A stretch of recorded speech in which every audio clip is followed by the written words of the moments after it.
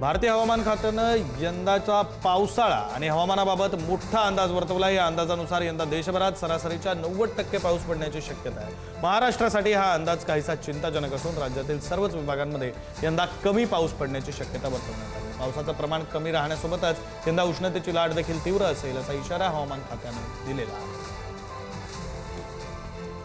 आपले प्रतिनिधी शिवाजी काळे आपल्यासोबत जोडले गेलेले आहेत। अधिकचे तपशील त्यांच्याकडून। शिवाजी, काहीशी चिंताजनक अशी बातमी आहे।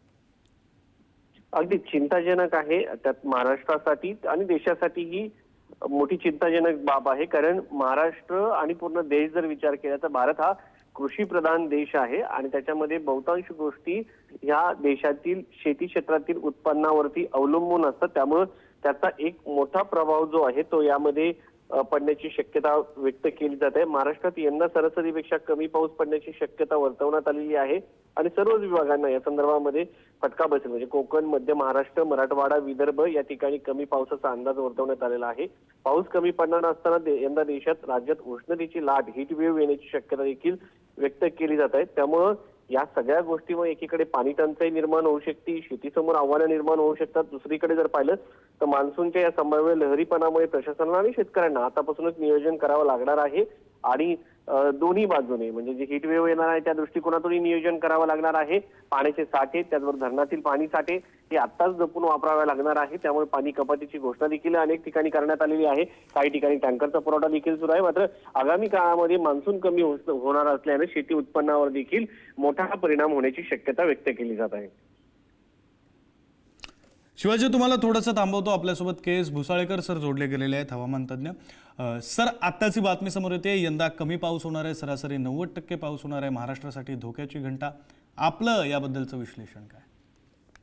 देशामध्ये भारतीय हवामान विभागाने जी आकडेवारी दिली आहे मागच्या वेळी 92% दिली होती, ती आता खाली आणून 90%वरती ठेवलेली आहे। म्हणजे सरासरीपेक्षा पाऊस कमी असेल देशामध्ये आणि राज्यामध्ये जर आपण बघितलं तर मध्य भारताचं जे पूर्वानुमान हवामान विभागाने दिलेलं आहे त्याच्यामध्ये पण त्याने असं म्हटलंय की सरासरीपेक्षा पाऊस कमी असेल मध्य भारतामध्ये, ज्याच्यामध्ये महाराष्ट्र राज्य येतं। आणि अर्थात याचा प्रभाव जो आहे तो महत्वाची जी आपल्याकडे जी क्षेत्र आहेत म्हणजे कृषी क्षेत्र आहे, आरोग्य विभाग आहे, ऊर्जा विभाग आहे, पाण्याचा विभाग आहे, ही सर्व जे विभाग आहेत त्याच्यावरती त्याचा ताण पडू शकतो। त्यामुळे आपल्याला ज्या शासनाने उपाययोजना करण्यासाठी सूचना दिल्या आहेत, निर्देश दिले आहेत, तशा प्रकारच्या आखणी केलेली आहे। मला वाटतं त्याची तंतोतंत पाळणं करणे जरुरी आहे। सर, यामागची नेमकी कारणं आपल्याला काय वाटतात?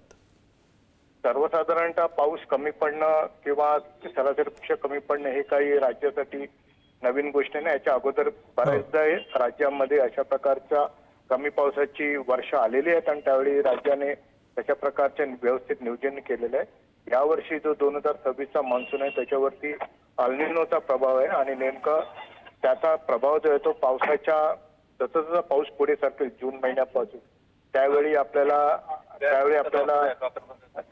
त्याचा प्रभाव, अल निनोचा प्रभाव वाढताना दिसेल, जो प्रशांत महासागरामध्ये सध्या कार्यरत होत आहे। धन्यवाद सर, तुम्ही दिलेल्या या सगळ्या सविस्तर माहितीसाठी, केलेल्या विश्लेषणासाठी।